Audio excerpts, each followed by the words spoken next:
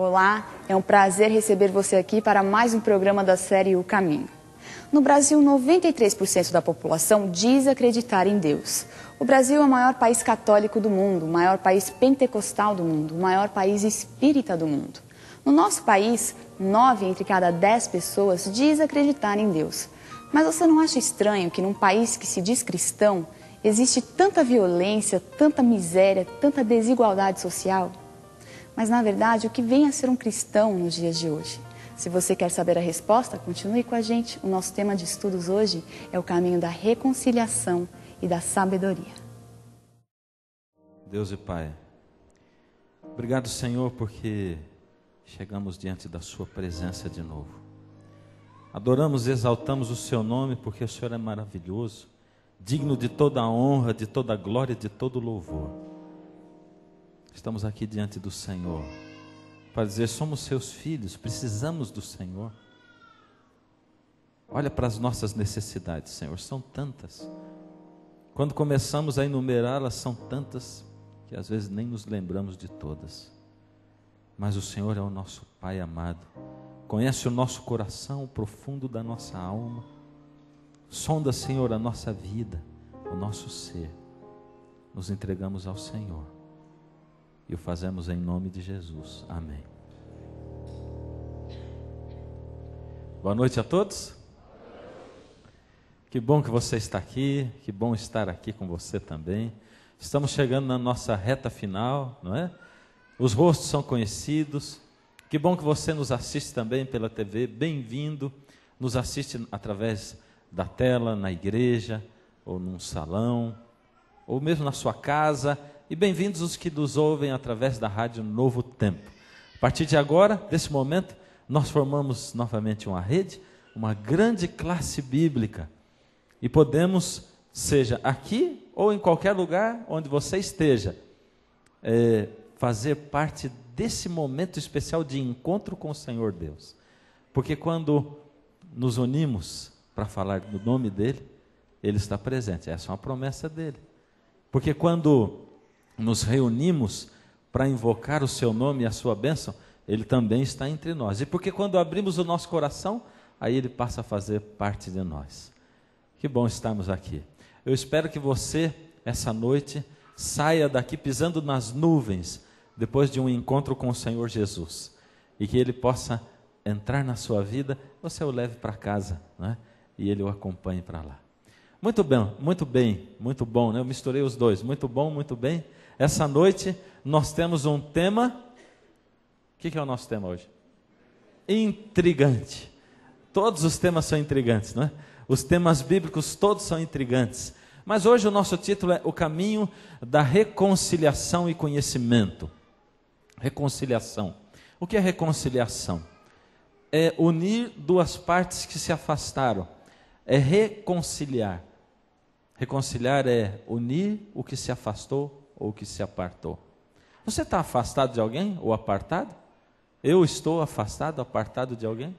E do conhecimento também. E você vai entender por quê. Vamos começar com uma pergunta básica. No passado, lá no Antigo Testamento, Deus instruiu Israel a oferecer sacrifícios de cordeiros. Você já ouviu isso aqui várias vezes durante o nosso curso esses dias, não é?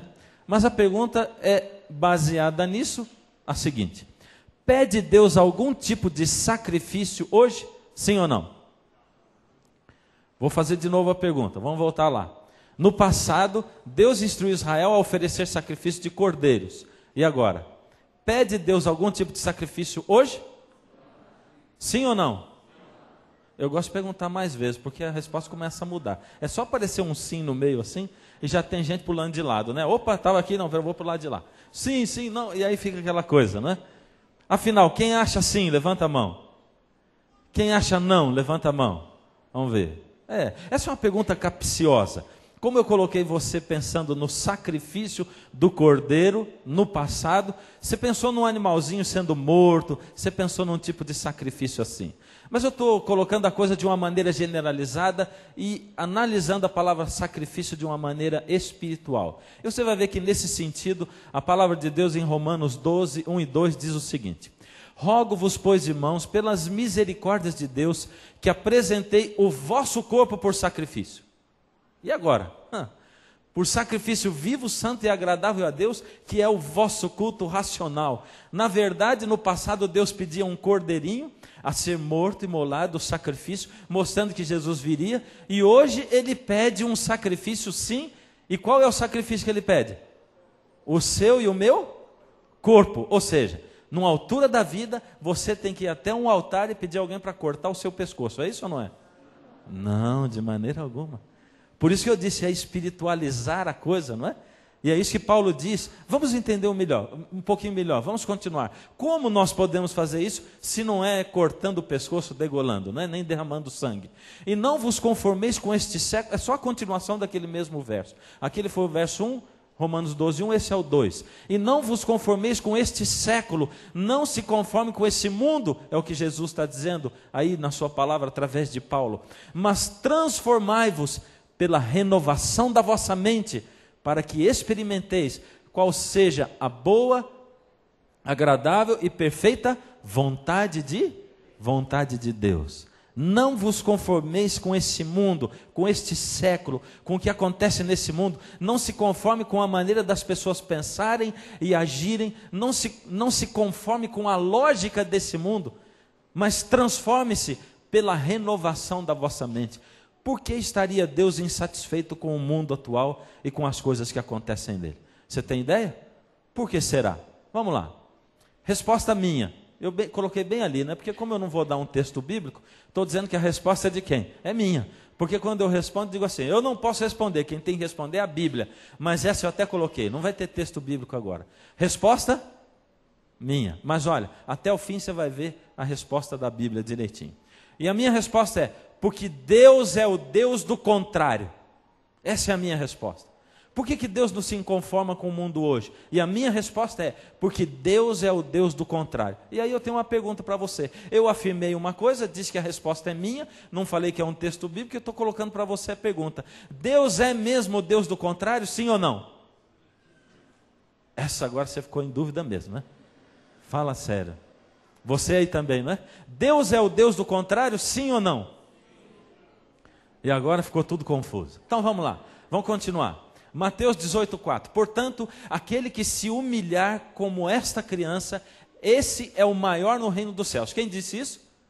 Jesus disse isso. E ele disse isso quando os discípulos estavam discutindo quem que devia ser o maior no reino dos céus. E Jesus, vocês querem ser o maior no reino dos céus? É fácil. Seja como essa criança. Humilhe-se como essa criança. E você vai para o reino dos céus. Quando fala em humilhar, a criança é humilde mesmo, né? Porque às vezes você dá uma bronca danada no seu filho, ele é pequenininho, e ele chora, você põe de castigo, ele fez uma arte, uma malcriação, e ele fica lá e fica chateado com você e bravo, e você vai e conversa, filho, sabe por que aconteceu isso? Por isso. Quem que está errado? Ele ainda é capaz de dizer, sou eu. Então tá bom, filho, você não vai fazer mais isso? Não. E dali 1 minuto, ou na mesma hora, ele é capaz de abrir os braços, dar um sorriso para você e te dar um beijo bem gostoso, te abraçar. E ele esqueceu tudo. Porque a criança ela é humilde. E Jesus está dizendo, você quer ser o maior? Seja o menor, seja o mais humilde. Aliás, Jesus falou, você quer o melhor caminho para ir para o reino dos céus? É o caminho estreito. Quer a melhor porta para ir para o reino dos céus? É a porta pequena, estreita também. Se alguém bater do seu rosto desse lado, vira o outro lado também. Jesus era o Deus do contrário ou não? Deus é o Deus do contrário ou não? Enquanto o mundo inteiro está correndo atrás dizendo assim, olha, eu vou na igreja, eu vou buscar aquele porque tem um pastor poderoso lá, a oração dele é poderosa. Eu vou buscar tal igreja porque tem milagre lá. Jesus diz assim, não houve profeta maior do que João Batista. João Batista foi o maior profeta de todos. E um pouquinho ali na frente, o povo diz assim, olha, veja só, João Batista não fez nenhum milagre, mas tudo que Jesus disse sobre ele era verdade. Ou seja, para Jesus, o maior profeta de todos os tempos foi João Batista, aquele que não fez nenhum milagre. Mas as pessoas estão procurando quem faça milagre, não é verdade? Jesus é o Deus do contrário ou não é? Ele é o Deus do contrário, ele é. É como se ele tivesse chegado nesse mundo, entrado aqui e encontrado todo mundo numa posição diferente. E as pessoas diziam assim, Senhor, por que o senhor não fica em pé? Ele dizia, eu estou em pé, vocês que estão de ponta cabeça.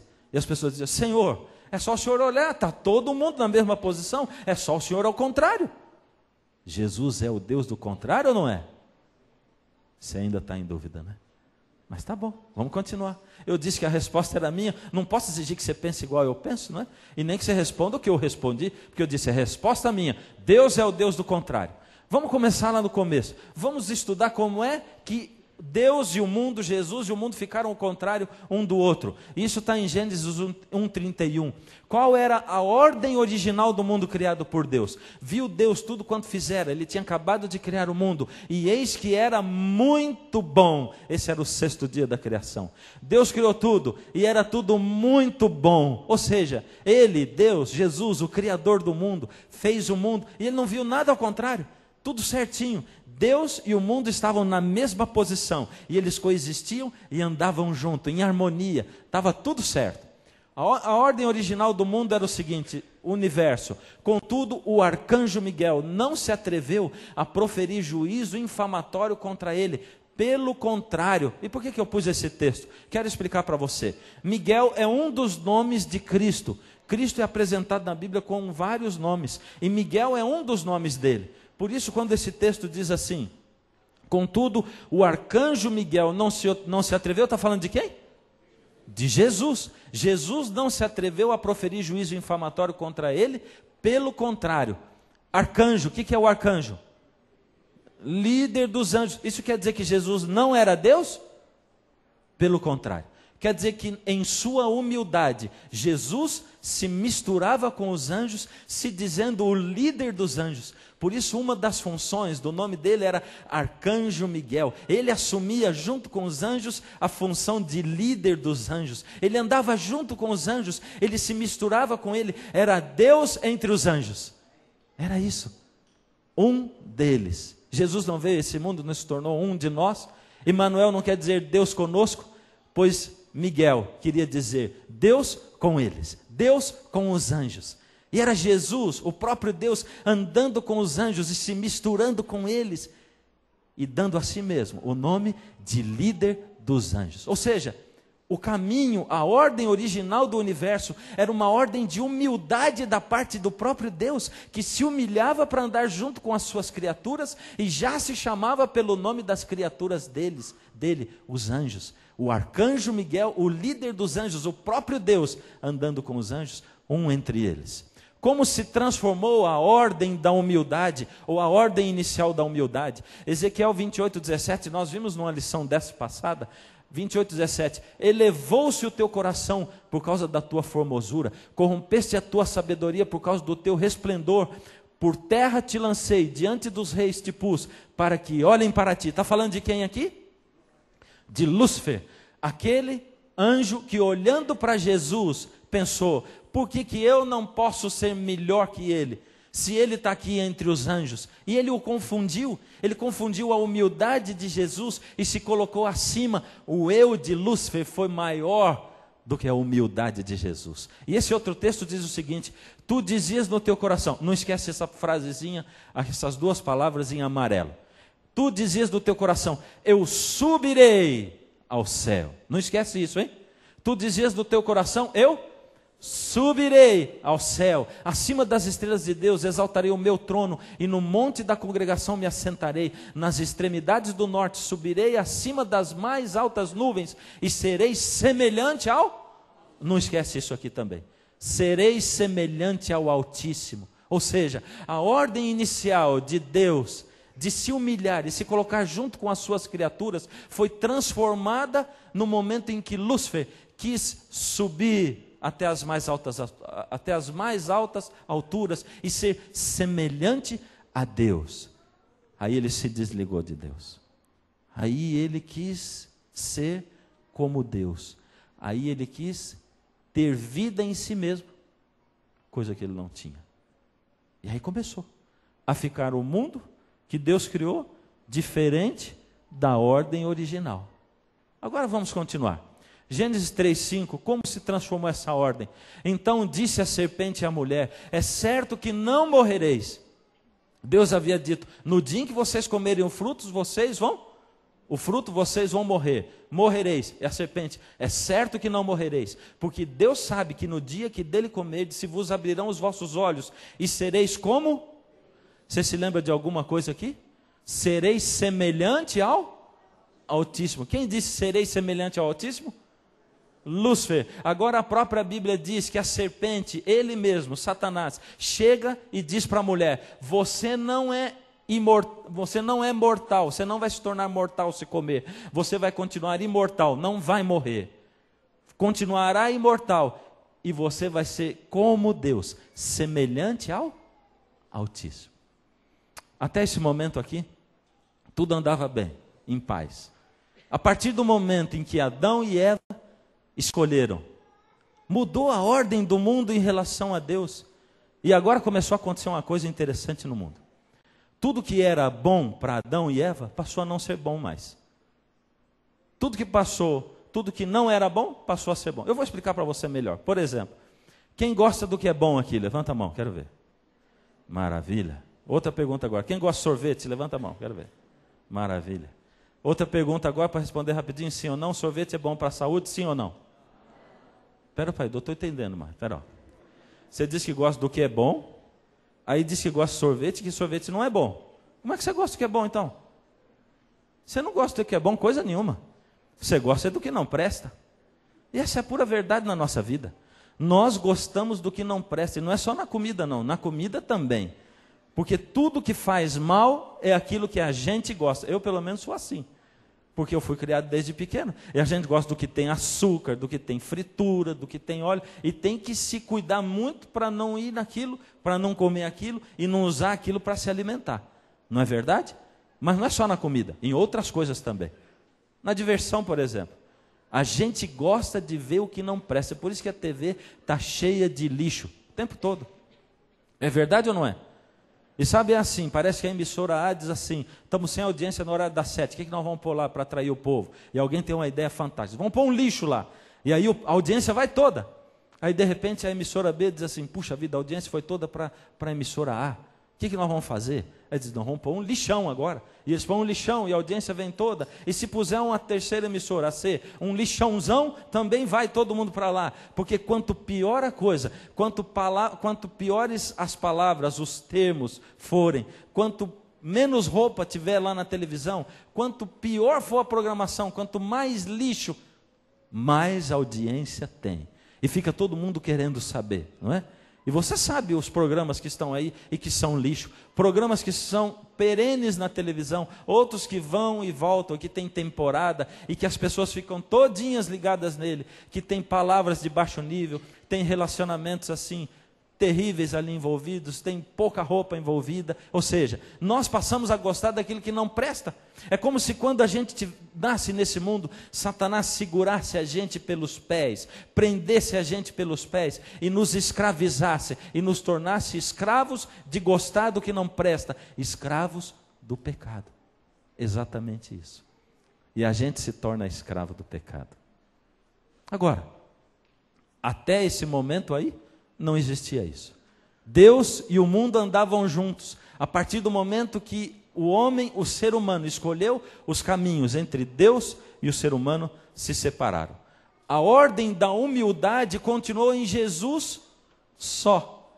E a ordem do eu continuou no mundo. A ordem da humildade em Jesus e a ordem do eu no mundo. Quer ver? Vamos fazer umas comparações. Lembra daquele texto lá de Ezequiel? Diz assim: eu subirei. Quem que está falando aquilo? Lúcifer. E serei semelhante ao Altíssimo. Olha o que Jesus fala, Filipenses 2, 5 e 8. Eu descerei, sou Deus, mas quero ser homem. Olha que diferença. É completamente o contrário. É por isso que esse mundo é diferente de Jesus. E por isso que Jesus é diferente do mundo. É por isso que um é o contrário do outro. Lúcifer diz: eu vou subir para ser semelhante a Deus. E Jesus diz: eu sou Deus, mas eu quero ser homem. E eu vou descer e eu vou estar junto com eles. É isso que Jesus fala. Agora, a ordem da humildade continua em Jesus. Se esvaziou, assumindo a forma de servo, tornando-se em semelhança de homens e reconhecido em figura humana, a si mesmo se humilhou, tornando-se obediente até a morte, e morte de? Ele se esvaziou, assumiu forma de servo. Jesus foi o humilde dos humildes. E quando você olha e vê Jesus numa das últimas cenas da vida dele, indo para lavar o pé dos discípulos, aquela era uma coisa tão humilhante, que se o escravo fosse judeu, nunca se pediria para ele lavar os pés dos visitantes. Por isso, quando Jesus, o Rei da Glória, o Deus do universo, se ajoelhou, pegou uma toalha e se ajoelhou para lavar o pé de Pedro, e Pedro diz assim: Senhor, o meu pé o Senhor não lava. E Jesus disse: se não lavar o seu pé, você não tem parte comigo no reino dos céus. Senhor, então lava tudo, por favor. Porque alguns de nós somos assim mesmo, né? Esse Pedro era exagerado. Ou ele se entregava de corpo e alma e dizia: agora eu estou com Jesus. Ou então, daqui a pouco ele caía. E o gráfico espiritual da vida dele era assim, acidentado, né? Se entregava e chegava perto de Jesus e ele dizia: Senhor, se for o Senhor mesmo, me manda, eu vou andar com o Senhor aí sobre a água. E Jesus dizia: vem, Pedro. E Pedro ia andando. E daqui a pouco Pedro deixava o eu subir, não é? E daqui a pouco ele olhava e dizia assim: gente! E blum, afundava. E Jesus olhava e dizia: você é um homem de pouca fé. No momento, ele era um único homem a andar sobre as águas. No momento seguinte, um homem de pouca fé. Era assim. Agora vamos lá. A nova ordem do eu continua no mundo.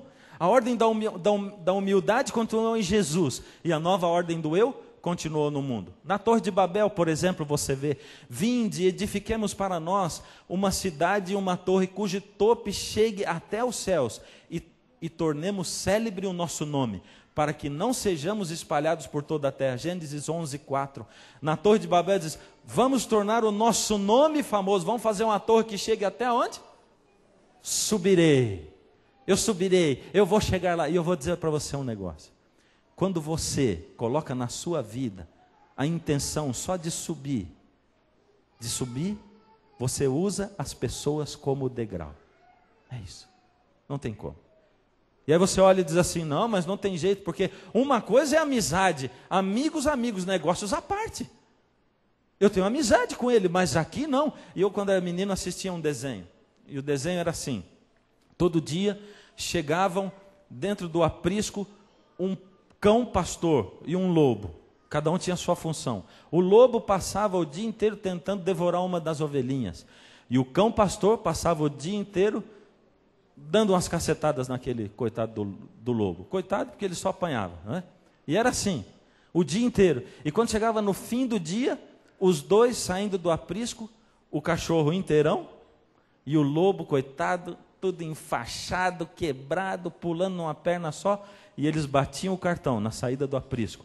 E um dizia para o outro: até amanhã, lobo. Até amanhã, cachorro. E eles iam embora. E algumas pessoas querem ser assim. Olha, no trabalho não tem problema, porque lá eu posso comer o seu fígado, lá eu posso acabar com você, porque amigos, negócios à parte. E a maturidade está quando eu acabo com você e depois a gente se dá bem lá fora. Quando você só pensa em subir, você vai separar religião de trabalho. E você vai usar pessoas como se elas fossem os seus degraus. Agora a coisa é diferente quando você entrega o teu caminho ao Senhor, confia nele e deixa com que ele faça o mais. Aí tudo muda e fica diferente. Na Torre de Babel eles pensavam em subir. Na cruz, o ladrão diz assim: não és tu o Cristo? Salva-te a ti mesmo e a nós também. Ué, você não é o Deus? Se você é Deus mesmo, cadê o seu poder? Cadê? Salva você e salve a mim também. Aí estava o eu envolvido nessa coisa. A ordem de Jesus diz o seguinte: não farás para ti imagem de escultura. Êxodo 20, verso 4. A ordem do mundo diz: faze-nos deuses que vão adiante de nós. Esse é o povo de Israel falando para Arão lá embaixo no Monte Sinai, enquanto Moisés estava demorando lá em cima. Diz assim: esse Moisés não vai voltar mais. Faz para nós deuses que vão adiante de nós. E Deus estava falando para Moisés lá em cima o quê? Não farás para ti imagens de escultura. Para Deus isso não faz sentido. Por isso em Isaías 44:15 Deus diz: o homem usa uma parte da madeira para fazer um fogo. Ali ele se esquenta e também assa o pão. A outra parte da madeira é usada para fazer uma imagem, e o homem fica de joelhos e adora. Deus diz: eu não estou entendendo essa coisa. Como é que você faz isso? Pega uma madeira, uma parte você pega, queima lá e faz fogo e se esquenta. E a outra você faz uma imagem e adora essa imagem. Eu não consigo entender isso. Eu disse para você, não faça imagem de escultura. Você diz, vou fazer um bezerro de ouro. E aí você pega uma madeira e faz esse tipo de coisa. A ordem do mundo diz, Salmo 14:1, diz o insensato do seu coração, não há Deus. Olha só, a ordem do mundo diz o quê? Deus não existe. Você veio de uma ameba, de um ser unicelular. A evolução está aí para provar que Deus não existe coisa nenhuma. Você está entendendo? E Deus? Porque os atributos invisíveis de Deus, assim o seu eterno poder, como também a sua própria divindade, claramente se reconhecem desde o princípio do mundo, sendo percebidos por meio das coisas que foram criadas. Tais homens que não acreditam e dizem não a Deus, são por isso indesculpáveis. Deus está dizendo, eu não tenho que provar para você que eu existo coisa nenhuma. As provas estão aí na natureza. Olha como é que funciona o olho de um ser humano. Olha para o olho da pena do pavão. Olha só os tipos de vida mais complexos que existem nesse mundo. Como é que veio tudo por acaso? Como é que veio uma planta por acaso? Como é que veio um ser por acaso? Um animal por acaso? Um ser humano por acaso? E se tudo isso ainda fosse simples, como é que veio macho e fêmea? E os dois acasalando criam um novo ser ainda? É muito complexo. Não tem como isso ser por acaso. Por isso, se você não acredita, você é indesculpável, porque está tudo aí na natureza para você olhar.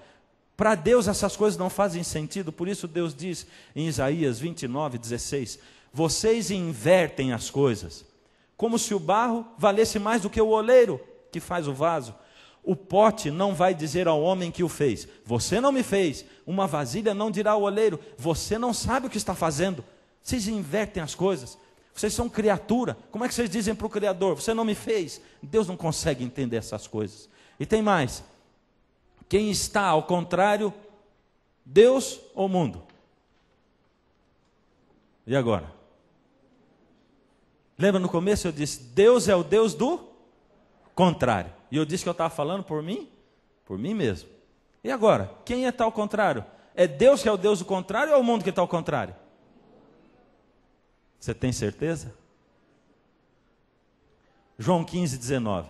Se vós fosseis do mundo, o mundo amaria o que era seu. Como todavia não sois do mundo, pelo contrário, dele vos escolhi. É isso que Deus fala. Jesus fala. Se vocês fossem do mundo, o mundo amaria vocês. Agora eu vou dizer para você. Esse texto, ele diz muita coisa para mim.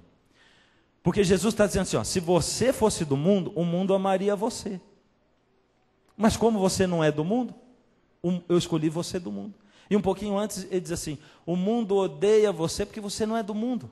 E depois um pouquinho ele diz assim, o servo, o escravo não é melhor do que o seu senhor. Se eles me perseguirem, eu sou o mestre, eles vão perseguir você também.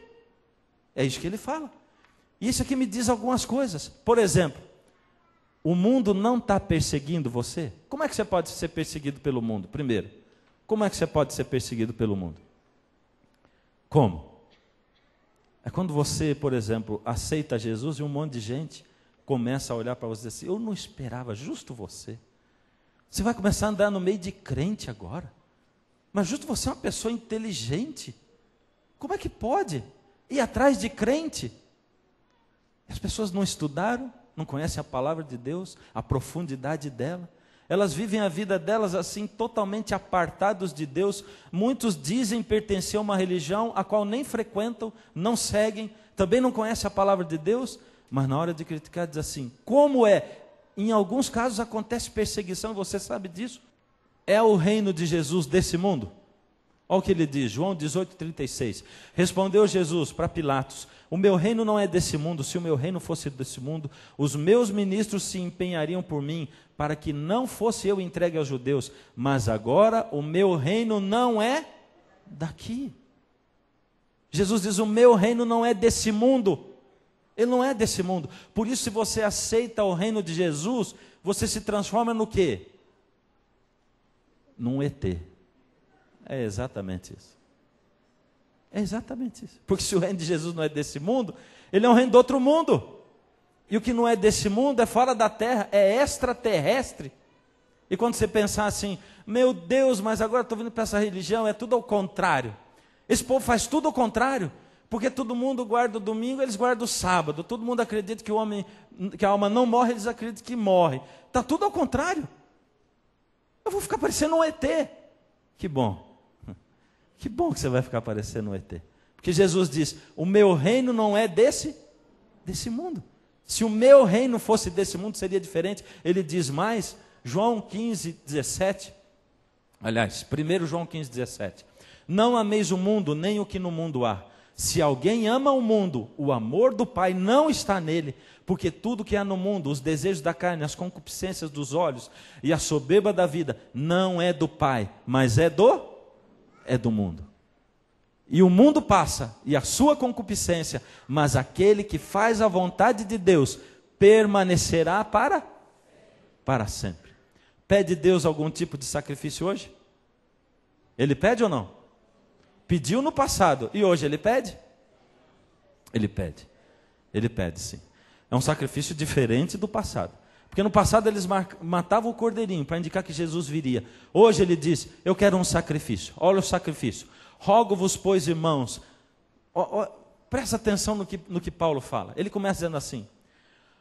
Rogo-vos, pois, eu estou rogando a vocês pela misericórdia de Deus, é o que ele está falando. Está prestando atenção?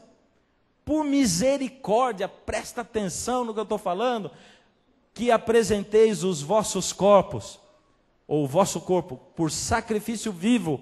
Eu não quero que você morra por mim. Sabe por quê, filho? Está cheio de gente nesse mundo disposta a morrer por Jesus, mas tem pouca gente disposta a viver por Ele. Porque morrer por Jesus é mais fácil, porque tudo acaba. Mas eu quero ver você viver por mim. Eu quero ver você tomar a sua cruz e me seguir. Eu quero ver você confiar em mim. Eu quero ver você me seguir, mesmo quando parece que eu não estou abençoando você. Eu quero ver você ser fiel até a morte, para eu poder te dar a coroa da vida. Eu quero ver, filho. Eu quero de você um sacrifício vivo. Eu quero que você viva por mim, não que você morra por mim. Eu não preciso de quem morra nos dias de hoje. Eu tenho que ter quem viva por mim, quem seja um exemplo vivo. E ele diz mais: vivo, santo, separado. Santo é separado, não se esqueça nunca disso. Você vai ser um sacrifício vivo, um sacrifício santo, separado. E separado quer dizer que não está junto com o que as outras pessoas fazem. Separado, santo e agradável a Deus, que é o vosso culto racional. Será que tem a ver com a mente mesmo? Olha só. E não vos conformeis com este século. Sabe o que acontece? Deus se comunica conosco pela nossa mente, mas Satanás também. E como ele se comunica conosco através da nossa mente? Por isso, tudo que você vê, tudo que você ouve, tudo que vem através dos seus sentidos, tudo que você percebe e entra no seu cérebro, faz com que você conforme ou se conforme com o jeito que o mundo está. E a gente se conforma mesmo, né? E nós que somos cristãos e que pregamos a volta de Jesus, temos um risco de nos conformar com o mundo de uma maneira, olha só como é que Satanás deturpa. E a gente às vezes olha um caso como esse da menina Isabela aí, que os pais são acusados de terem matado, e a gente olha e diz assim, que coisa terrível. E depois a gente diz assim, isso é profecia, já está na Bíblia mesmo. E a gente esquece, põe um pano quente em cima, e vem um tsunami, mata um monte de gente, e você corre o risco de pensar, olha só que terrível. Mas na Bíblia já estava profetizado mesmo. É porque não é com você, não é comigo. A pimenta só arde no olho dos outros, só arde no nosso olho, não no dos outros. E a gente pensa assim, não é com você, não é comigo. E a gente diz, isso é bíblico, está nas profecias. Eu tenho que fazer alguma coisa para mudar isso. Eu não posso me conformar com esse século. Eu não posso me conformar com a moral das pessoas. Eu não posso me conformar com o tipo de relacionamento que os solteiros têm. Eu não posso me conformar com o que as pessoas falam sobre Deus. Eu não posso me conformar com esse século, nem como eles veem a moral, nem o casamento, e nem a falta de casamento. Eu não posso me conformar da maneira como as pessoas se vestem. E aqui está um grande problema. Uma vez um rapaz chegou para mim e disse assim, pastor, ele era um visitante na minha igreja, um rapaz alto, grande assim, forte, E ele diz assim, pastor, eu estou frequentando a tua igreja há 3 meses, você não tem uma outra igreja aqui perto para eu frequentar? Porque essa aqui que eu estou frequentando não dá. Eu digo, por que não dá? Porque, pastor, eu estou vindo do mundão. Pastor, eu estou em contato com Deus, eu quero amar a Deus, eu venho à igreja para adorar a Deus. Mas tem umas 3, 4 garotas aqui dentro que não me deixam louvar a Deus, pastor. Porque quando eu venho para cá, elas usam uma roupa, pastor, que não me dá para louvar a Deus. Porque eu fico olhando para elas e para o corpo delas, elas competem com Deus dentro da casa de Deus, pastor. É assim. É isso. E eu não estou conseguindo. E aí o que eu faço? Digo para ele, vai embora você, seu depravado. É isso? Vai lá para uma igreja só de homem, eu tenho uma igreja só de homem lá. É isso que eu vou falar para ele? Ou não? Ou eu vou dizer, toma cuidado você, homem, com o que você veste, você, mulher, com o que você veste. E eu vou só dar uma dica para você.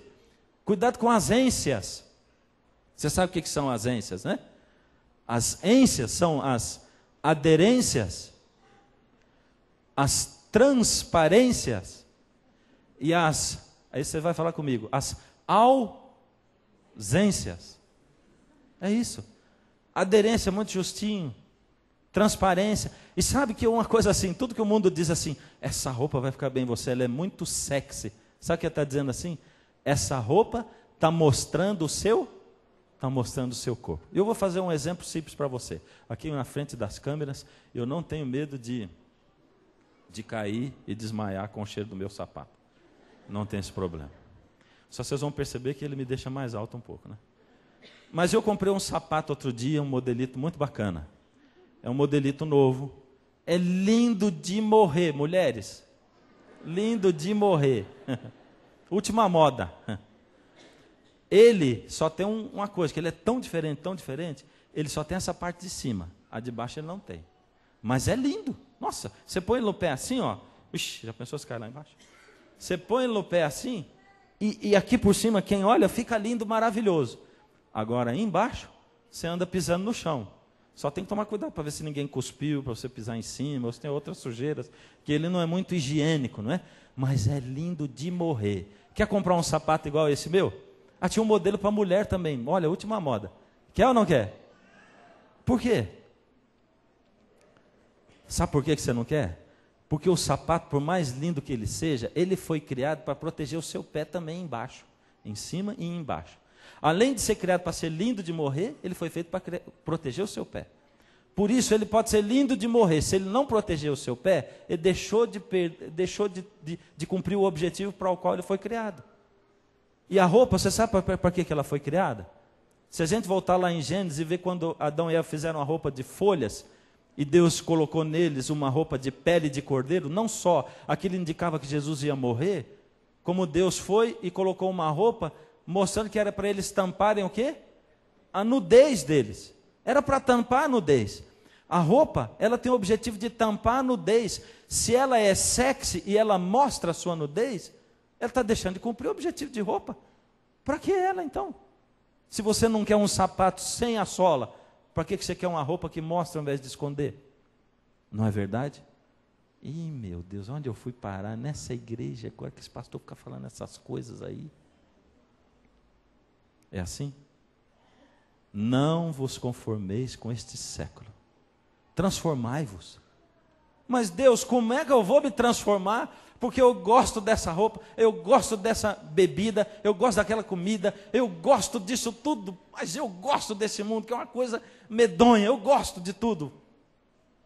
Pela renovação da vossa mente, é a sua mente, cuidado com o que entra ali, põe aqui menos coisas que atrapalham, põe aqui menos coisas do inimigo e põe aqui mais coisas de Jesus. É assim, e você vai conhecendo Jesus e se relacionando com Ele, e você vai mudando e transformando, você não vê. Eu era pastor de uma igreja e me chamaram os filhos para preencher a ficha de batismo de um senhor, que já era a esposa da igreja adventista há 20 anos, mas ele não, um italiano. E esse senhor, eu fui para preencher a ficha, mas a mulher dele diz assim, o senhor veio fazer o que aqui, pastor? Ela era da minha igreja, mas o marido não. Ele tinha uns 60 anos, ela devia ter mais ou menos isso também. Eu vinha preencher a ficha do seu marido, e ela disse, não pode preencher não. Eu digo, mas a senhora não quer que seu marido batize? Quero sim, mas quando ele estiver pronto. Não está pronto não. Mas como não está pronto? que é isso? Ele é um estúpido aqui em casa? Ele fala alto, ele grita, ele é um estúpido. Se ele dirigir, só falta tocar o carro em cima do outro? Não. E ficou aquela coisa meio assim. Ele falou, agora pastor, eu também não quero, era um italiano, não quero mais ser batizado. Nada, essa mulher aí e tal, e falou. E eu fiquei naquela, com a minha fichinha na mão, esperando os dois ali. Coisa difícil. Aí passou um tempinho, uma semana ou duas, me lembro direito, faz alguns anos, e a mulher me procurou na igreja, pastor, senhor, desculpa aquele dia, eu queria que o senhor voltasse lá em casa, preencher ali para o batismo do fulano, o marido dela, né? Falei, a senhora mudou de ideia? Eu vou contar um negócio, a gente estava andando na rua, encontramos um amigo que a gente não via fazia 15 anos, e sabe o que aconteceu com o nosso amigo? Ele ficou lá, chamamos, ele foi em casa, almoçou em casa, quando chegou no fim da tarde, ele disse, mas rapaz, falando com o meu marido, o que aconteceu com você que você está tão diferente? Eu diferente? Você está diferente. Seu jeito de falar, seu jeito de comportar, como você trata a sua família, você é outra pessoa. É da água para o vinho, do 8 para o 80. O que aconteceu com você? Você está muito diferente. E quando ele fez a lista, pastor falando, eu que vivo junto dele, eu não tinha percebido. Aí que eu fui perceber, ele mudou mesmo. Porque a mudança com Jesus, ela é assim, imperceptível, aos poucos. Você vai mudando aos pouquinhos, aos poucos.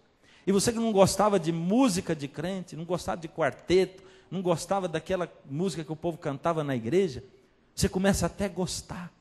E tem gente que veio aqui no começo e não gostava da música, e agora já está até gostando da música, e não vê a hora de cantar a música. Nossa, isso aqui dá uma paz no coração da gente. É Deus que começa a transformar, mudar você, Ele opera na sua vida. E é por isso que a palavra de Deus diz, é Deus quem opera, tanto o querer quanto o efetuar. Mas nem querer fazer o que é certo a gente quer. É desse jeito. Porque quando a gente nasce nesse mundo, a gente nasce escravo do pecado. É desse jeito. Quando você nasce nesse mundo, você nasce assim, Satanás segura os seus pés. E ele puxa você para baixo. E um dia você encontra Jesus. E aí Jesus convida você para aceitá-lo. E você dá a mão para Jesus. E Jesus puxa você. Só que aí você começa a ficar numa câmara de tortura, já percebeu?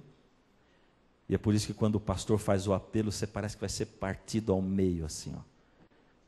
É Jesus te puxando, e Satanás que não desiste de você e puxa você para baixo. É assim. E você sofre desse banco seu aí, sofre ou não sofre? Você sofre aí no seu sofá, aí nessa igreja, sofre ou não sofre? Porque quanto mais você aceita Jesus e quanto mais você conhece de Jesus, quer se colocar na mão dele, e Jesus puxa. Só tem dois jeitos de você se livrar dessa câmara de tortura terrível. A primeira delas, você olha para Jesus e fala, Jesus, eu não aguento, eu não posso. Larga a minha mão. E Jesus larga a sua mão. E aí você vai mais fundo do que você estava ainda. Porque Satanás vai puxar você como um elástico para baixo. O outro jeito? Qual é o outro jeito? O outro jeito de você sair dessa câmara de tortura não é soltar os seus pés das mãos de Jesus. É você dizer, Senhor, segura minha mão. E mesmo que eu diga para o Senhor me largar, não larga não, porque eu não quero que o Senhor me largue. E Ele vai puxar você. E Ele puxa. E Satanás puxa. E quando você estiver assim, sofrendo a ponto de ser partido em dois, a corda arrebenta do lado mais fraco. E aí você está na mão de Jesus. Livre. É assim que acontece. Com Jesus é assim. E aí Ele capacita você. Você não precisa se preocupar com o que tem que fazer, o que não tem que fazer, o que pode, o que não pode, o que deve, o que não deve. Ele vai mostrando e vai capacitando. E aí você vê e diz, Deus, não posso fazer, me dá força. Filho, eu estou abrindo o caminho, vai, eu ando com você. E você vai. Puxa, eu achava que eu não podia fazer isso. E eu estou fazendo. Olha só, está dando certo para a minha vida.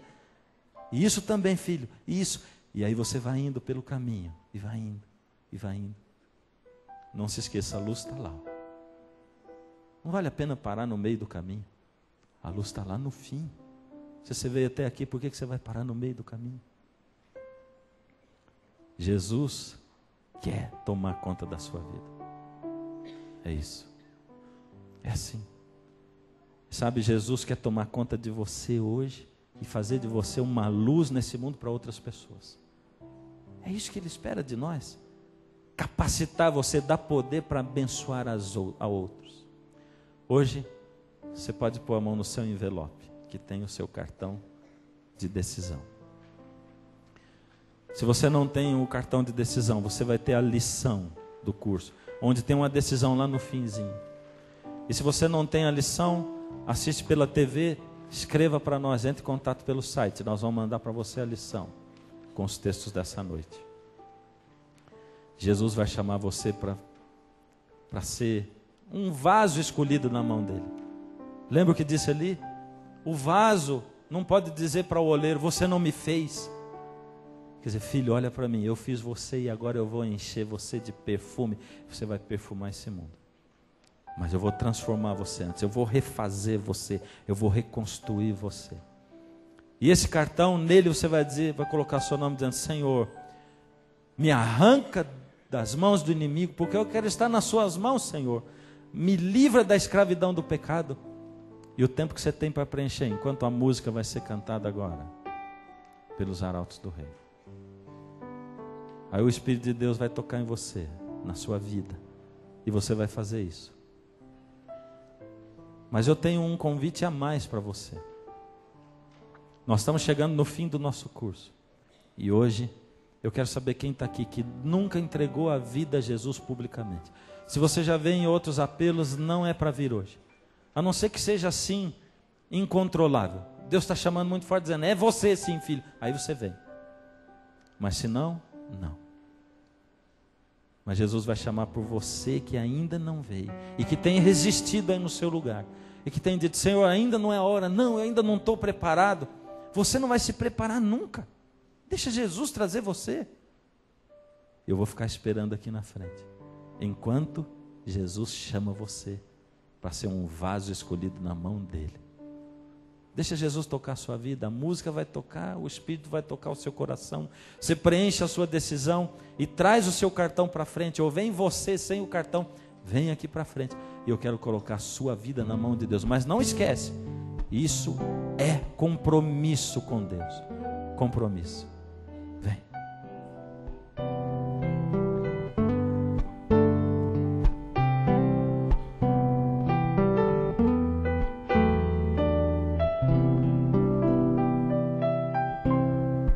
Foi muito tempo pra juntar economias e comprar vaso de alabastro, frasco do puro amor, para ungir o seu Senhor. Foi em Betânia num jantar que ela chegou sem se notar,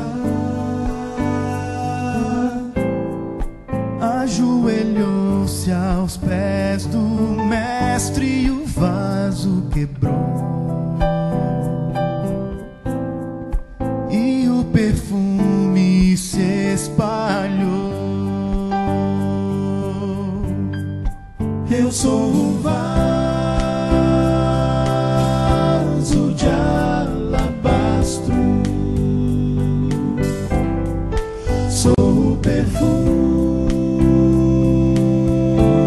do Senhor.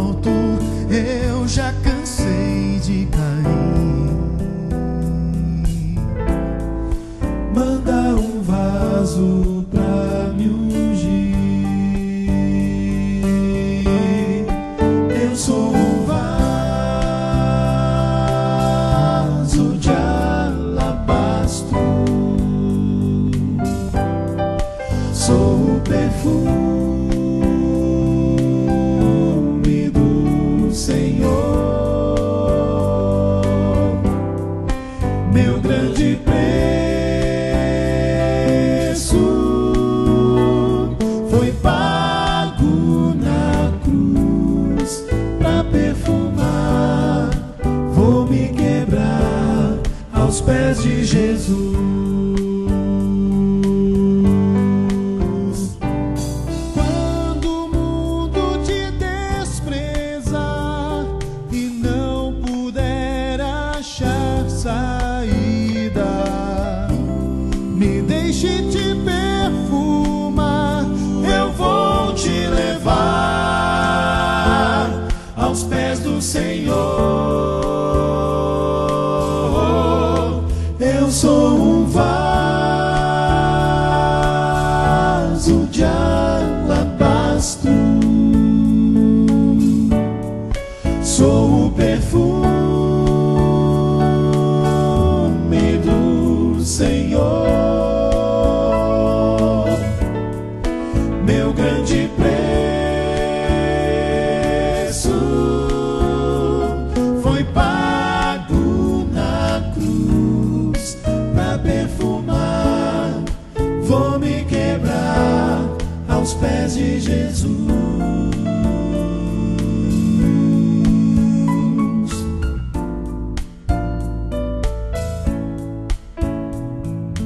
Será que ainda está faltando alguém para chegar aqui? Vou dar só um minuto para você sair daí e chegar aqui, para que Jesus possa libertar você dessa sua câmara de tortura aí. Enquanto Deus chama, enquanto Jesus pega a sua mão, Satanás puxa do outro lado. Mas você tem que tomar a decisão. Esse é o momento. Quem sabe você que já entregou o coração a Jesus, olha para o lado bem discretamente e diz para a pessoa: você quer, eu vou com você. Aí se tiver alguém aí do seu lado precisando tomar a decisão, vem nesse momento. Faz isso, faz isso. Seja um vaso na mão de Jesus, se deixe usar para isso e vem. Esse é o último momento, é o último chamado de hoje. Chegue na frente da tela aí da sua igreja. Você que é pastor, fica ali esperando também, para as pessoas chegarem até você. Essa é a última chance que Jesus dá para você. 1 minuto já foi. Mas vou dar mais um pouquinho ainda para você ver, vem. Porque eu sei que você fica aí no banco sofrendo. Eu tenho que aumentar o seu sofrimento um pouquinho só. Porque daí o Espírito fica chamando você, chamando. Não dá para deixar amanhã, tem que ser hoje, agora. Só você que não veio nos outros chamados, que não entregou o coração a Jesus publicamente. Se você quiser vir durante a oração, pode vir, não tem problema. Eu vou orar, e se você quiser, vem durante a oração. Faz isso. Crie na sua cabeça. Pode vir, pode vir. Se tiver alguém vindo, pode vir. Passa na frente dos outros, mesmo que estiverem de olhos fechados. Venha durante a oração mesmo. Amém. Querido Jesus, que coisa louca é essa a pregação da sua palavra. Como no mundo onde nós vivemos, o Senhor ainda se aproxima das pessoas pela mente e pelo coração. Toma, Senhor, os seus filhos que nessa noite têm sentido o desejo de entregar a sua vida ao Senhor. Eles querem, Senhor, ser tirados desse mundo para serem incluídos no seu reino, que não é desse mundo. Ajuda-nos, Senhor, a continuarmos andando junto com o Senhor, a realmente demonstrarmos que somos cidadãos do seu mundo e do seu reino e não desse mundo. Para que as pessoas vendo isso tenham vontade também de participar conosco. Que o seu poder esteja sobre nós, guiando a nossa vida, abrindo os nossos caminhos e os nossos horizontes, colocando um sorriso nos nossos lábios, mesmo quando tudo está escuro, triste, sombrio, dando-nos, Senhor, esperança, mesmo quando a esperança de todos já se foi. O Senhor é a nossa esperança. É no Senhor em quem confiamos. Toma, Senhor, a vida desses filhos que se entregaram ao Senhor. Toma a vida daqueles que ainda não tiveram coragem, Senhor. E lembra a todos que hoje fazem um compromisso com o Senhor. Leva-nos para casa, Senhor, em segurança, nos seus braços, em nome de Jesus. Amém. Se você gostaria de ter aí na sua casa o curso Ouvindo a Voz de Deus para acompanhar os nossos estudos, escreva para a gente. O nosso endereço é Caixa Postal 7, CEP 12300-970, Jacareí, São Paulo. Ou, se preferir, escreva para escolabiblica@novotempo.org.br e nós vamos enviar essa série de estudos completamente de graça para você. Nós ficamos por aqui. Semana que vem continuaremos os nossos estudos, crescendo sempre no conhecimento da Palavra de Deus. E não se esqueça, porque foi Jesus quem disse: eu sou o caminho, a verdade e a vida. Ninguém vem ao Pai senão por mim.